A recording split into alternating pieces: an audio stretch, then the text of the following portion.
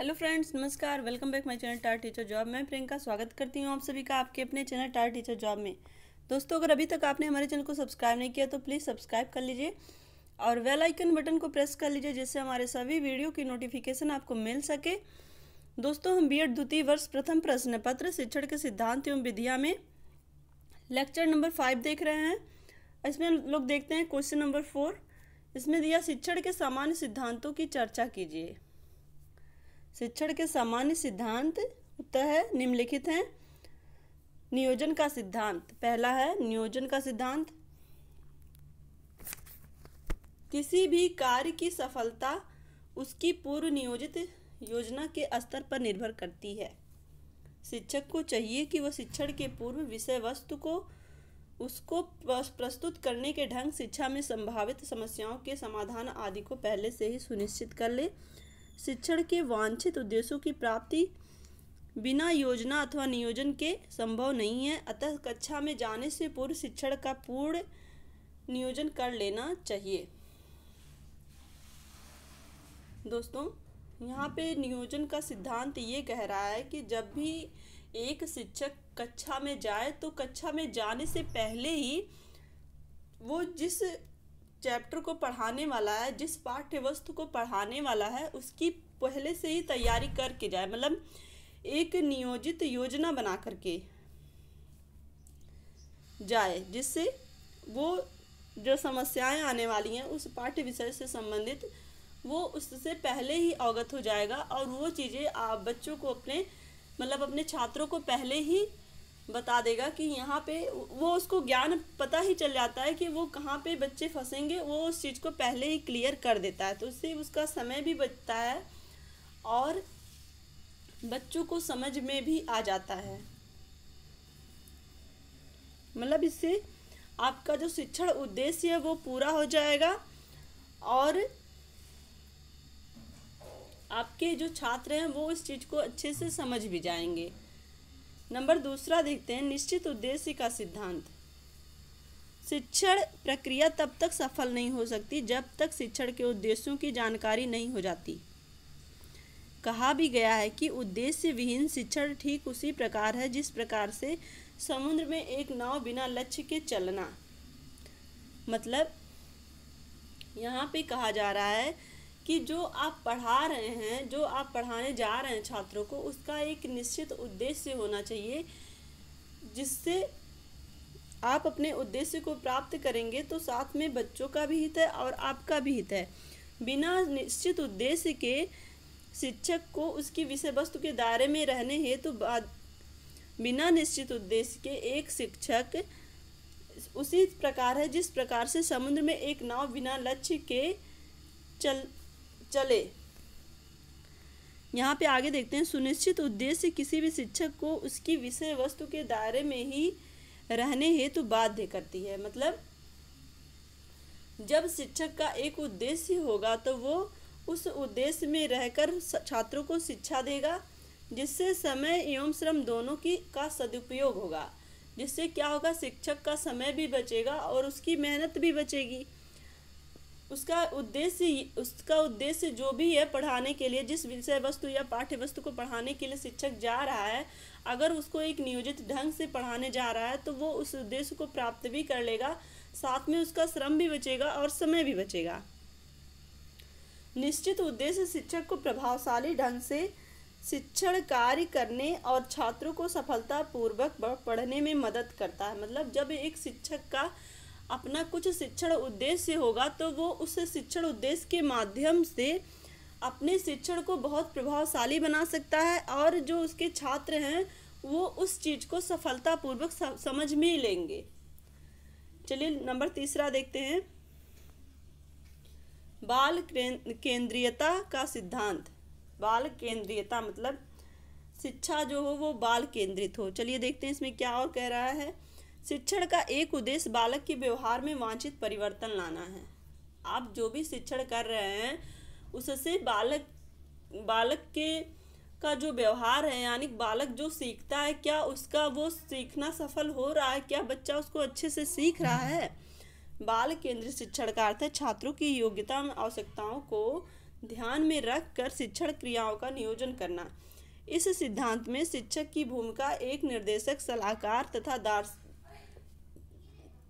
दर्शक की ही होती है। इसमें शिक्षक बालक की उतनी ही सहायता करता है जितनी उसे जरूरत है। मतलब यहाँ पे शिक्षक एक निर्देशक के रूप में होता है।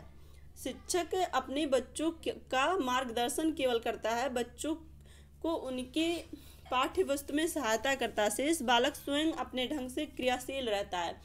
बच्चे को यहाँ पे केवल एक हिंट देता है शिक्षक, बाकी जो छात्र होते हैं वो अपना सारा काम स्वयं करते हैं।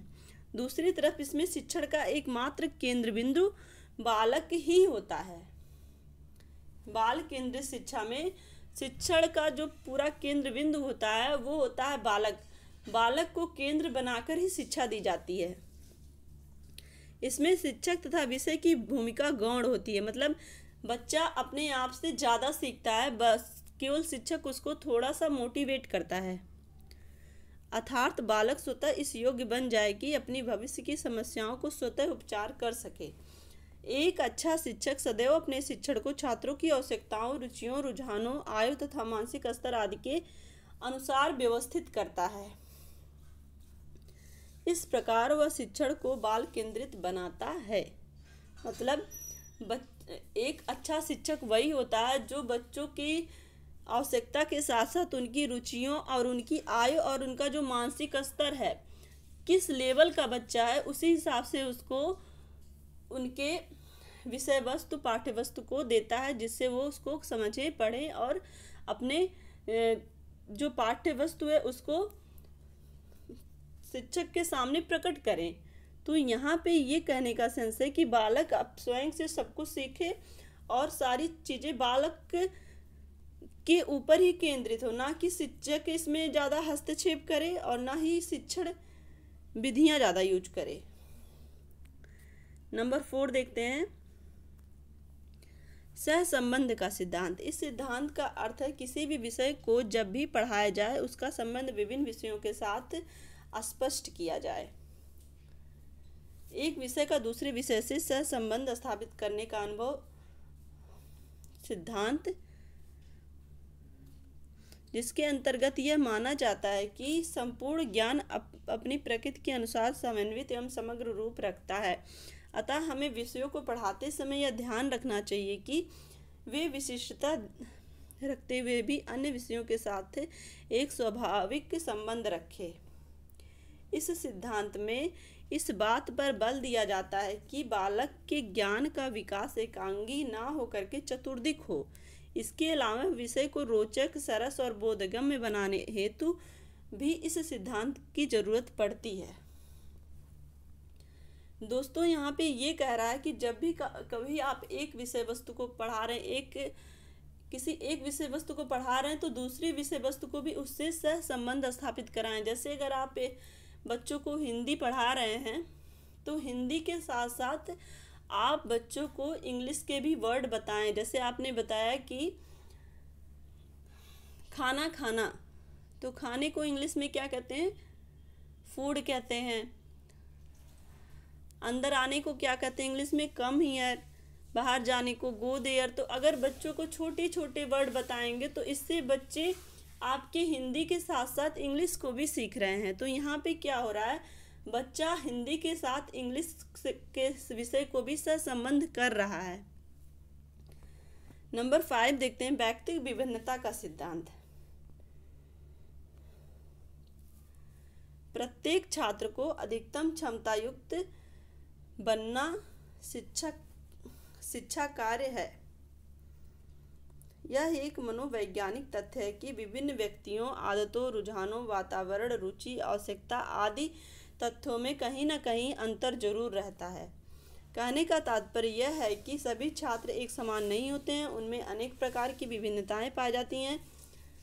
ऐसी स्थिति में शिक्षक का यह दायित्व है कि वह छात्रों की व्यक्ति विभिन्नता को ध्यान में रखते हुए शिक्षण कार्य करे, जिससे छात्र अपनी क्षमता एवं दक्षता का अधिकतम विकास कर सके।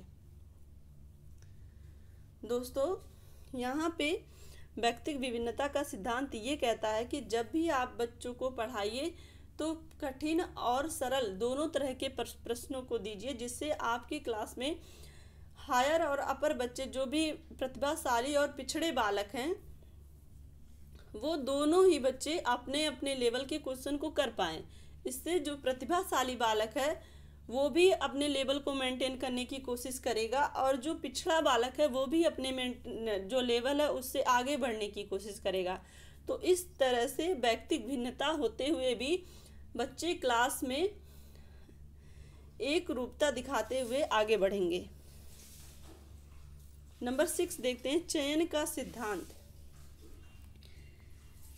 किसी विषय के अंतर्गत जब शिक्षक शिक्षण कार्य करने जाता है तो हमारे सामने दो मुख्य बातें आती हैं। पहला, समय कितना है, और द्वितीय, विषय वस्तु का विस्तार कितना है। उक्त दोनों बातों को ध्यान में रखते हुए शिक्षक को उद्देश्य निश्चित कर लेने के पश्चात इस बात पर ध्यान देना चाहिए कि वह समय के अंतर्गत ही विषय वस्तु को समाप्त कर ले।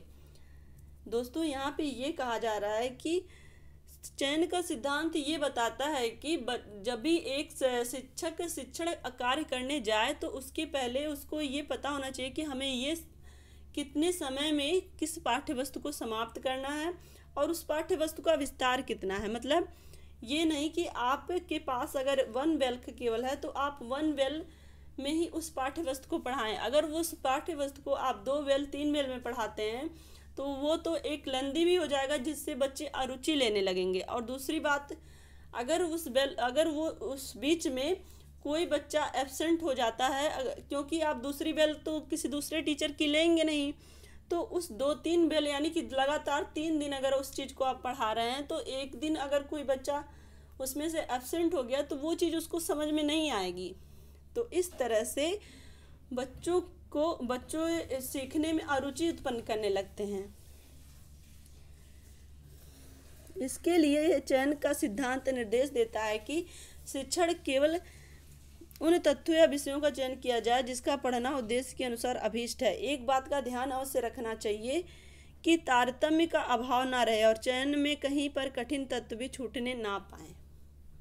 दोस्तों, बहुत अच्छी बात कही गई है कि जो एक अच्छा शिक्षक होता है वो अपने शिक्षण में तारतम्यता भी बनाता है, साथ में जो उस बीच में कठिनाइयाँ हैं, उस प्रश्न के बीच में कठिनाइयाँ हैं, जो भी महत्वपूर्ण तथ्य हैं वो उसको भी लेकर के चले। ऐसा नहीं कि उसने, अगर वो हिस्ट्री पढ़ा रहा है तो हिस्ट्री में उसने राजा के सारे प्रबंधन और सारी चीज़ें बता दी, लेकिन उसके बीच में जो भी युद्ध लड़े गए और जो भी उसने इमारतें बनवाई वो सारी चीज़ें उसने छोड़ दी। तो मतलब सारी चीज़ों को ले करके बताते हुए महत्वपूर्ण तथ्यों को और तिथि वगैरह लिखाते हुए ही आगे बढ़ना है। नंबर 7 है, प्रभावशाली व्यूह रचनाओं का सिद्धांत। शिक्षण के उद्देश्यों के निर्माण तथा शिक्षण प्रक्रिया में शिक्षण व्यूह रचनाओं का विशेष महत्व है। शिक्षण व्यूह रचनाएं प्रस्तावित व उपेक्षित उद्देश्यों को प्राप्त करने में शिक्षक एवं छात्रों को सहायता देती हैं। यहाँ पे कहने का सेंस ये है कि जब भी शिक्षक शिक्षण कार्य करने जाए तो उसके पहले ही वो अपनी एक स्ट्रेटजी बनाए जिसके थ्रू अपना शिक्षण कार्य करता है। इसलिए शिक्षक को चाहिए कि शिक्षण कार्य करने से पहले वह विषय के शिक्षण के लिए व्यूह रचनाओं का चयन, निर्माण एवं उपयोग करे। शिक्षक को व्यूह रचनाओं के चयन के समय छात्रों की आवश्यकता स्तर पर पूर्व ज्ञान को ध्यान में अवश्य रखना चाहिए। यहाँ पे कह रहा है कि जब भी आप शिक्षण कार्य करने जाएं तो अपनी एक स्ट्रेटजी तो बनाएं ही, साथ में आपके जो आप जिस लेवल के बच्चों को पढ़ाने जा रहे हैं उनका पूर्व ज्ञान क्या होगा, ये सारी चीज़ें आपको पहले से ध्यान में रखनी चाहिए। नंबर 8 है, पूर्व अनुभवों का सिद्धांत। पूर्व अनुभव एक ऐसा साधन होता है जिस पर नवीन ज्ञान का ढांचा मजबूती एवं सुरक्षा के साथ खड़ा किया जा सकता है। इसलिए शिक्षक को शिक्षण प्रारंभ करते समय सर्वप्रथम छात्रों के पूर्व ज्ञान एवं अनुभवों की जानकारी प्राप्त कर लेनी चाहिए।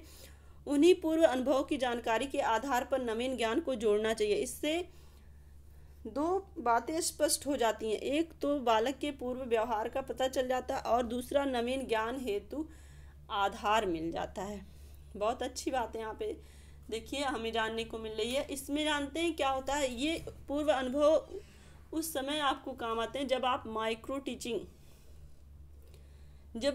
टीचिंग सीखते हैं। तो माइक्रो टीचिंग में क्या होता है कि आप बच्चों से सबसे पहले छोटे छोटे, जब भी आपको लेसन प्लान का जो आप लेसन प्लान बनाने जा रहे हैं उसका जो शीर्षक होता है, अगर आपको शीर्षक निकालना है तो सबसे पहले आप उससे रिलेटेड कुछ क्वेश्चन बच्चों से पूछते हैं। अगर उसके बारे में बच्चे सही से जानकारी रखते हैं और बता देते हैं तो फिर पाठ निकल कर सामने आ जाता है। नहीं तो फिर आपको बच्चों को सबसे पहले उस चीज़ को एक्सप्लेन करना पड़ता है, उसके पूर्व ज्ञान को बताना पड़ता है, फिर आप पाठ्य वस्तु पे आते हैं। 9वां है क्रियाशीलता का सिद्धांत। बालक जन्म से ही शारीरिक मानसिक रूप से क्रियाशील होता है। रूसो ने बालक की क्रियाशीलता पर बल दिया है। उनका कहना था कि बालक को अपने ढंग से कार्य करने का अवसर दिया जाना चाहिए जिससे उसकी रुचि तथा रुझान का पता चल सके। किंडरगार्टन, मॉन्टेसरी प्रोजेक्ट आदि पद्धतियाँ इसी सिद्धांत पर परिपालन करती हैं। फ्रोवेल के अनुसार किसी भी कार्य को करके सीखने अधिगम की सर्वोत्तम विधि है। छात्र ज्ञान को तभी अपना पाता है जब वह करके सीखता है तथा उसे किसी न किसी प्रकार से प्रकट करता है। छात्र उसे अपने अनुभव एवं वास्तविक अंग बना लेते हैं। मतलब उस ज्ञान को छात्र जो सीखा रहता है, जो अपने अनुभव के द्वारा सीखता है, वो उसको अपना वास्तविक अंग बना लेता है। इसलिए शिक्षण में क्रियाशीलता का सिद्धांत का महत्वपूर्ण स्थान है। करके सीखना, किसी भी कार्य को करके जब एक बालक सीखता है तो वो उस चीज़ को बहुत अच्छे से सीख जाता है। लेकिन अगर वही कार्य शिक्षक उसको सिखाता है तो वो सीखता तो है लेकिन वो कुछ समय के लिए सीखता है, फिर उसको भूल जाता है। लेकिन जब वो खुद उस पर एक तरह से वर्क करता है तो वो उस चीज़ को भूल नहीं पाता है। नंबर 10 है लचीलेपन का सिद्धांत। शिक्षण को कठोर नियम में अवबद्ध करना उचित नहीं होता है। छात्रों को बोधगम्यता की दृष्टि में रखते हुए पाठ्य वस्तु को कठोरता के आधार पर एक विशेष क्रम में न पिरोकर छात्रों की सुविधा अनुसार विभिन्न स्वरूपों में प्रस्तुत करना चाहिए। क्या कह रहा है यहाँ पे,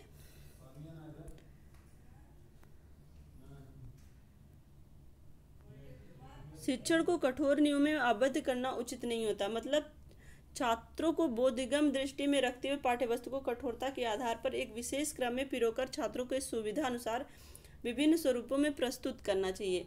एक शिक्षक को बच्चों के सामने कठोर चीज़ों को पहले नहीं लाना चाहिए, पहले वो उनके स्टेप बाय स्टेप पढ़ाना चाहिए जिससे उनको कठिन चीज़ें जल्दी समझ में आ जाती हैं। इससे शिक्षण में लचीलेपन का होना अत्यंत आवश्यक हो जाता है। यह शिक्षक की कलात्मक क्षमता, योग्यता तथा दक्षता पर निर्भर होता है। इसलिए शिक्षण की सभी कठोर नियमों से अवबद्ध करना उचित नहीं होता, क्योंकि यह मिश्रित प्रक्रिया है जिसमें लचीलापन इसको रुचिकर, प्रेरक तथा उत्साहवर्धक बना देता है। दोस्तों, जब भी छात्रों को कोई भी पाठ्य वस्तु या विषय वस्तु समझाया जाए तो बच्चों को सबसे पहले आसान चीज़ें बताया जाए, फिर उसके बाद उनको कठिन चीज़ों की तरफ ले जाया जाए, जिससे उनके जो मस्तिष्क पे उस चीज़ को आप अच्छे से पिरो पाएंगे और वो चीज़ उनको भूलेगी नहीं, वो आसानी से उस चीज़ को सीख जाएंगे। तो ये होता है लचीलेपन का सिद्धांत।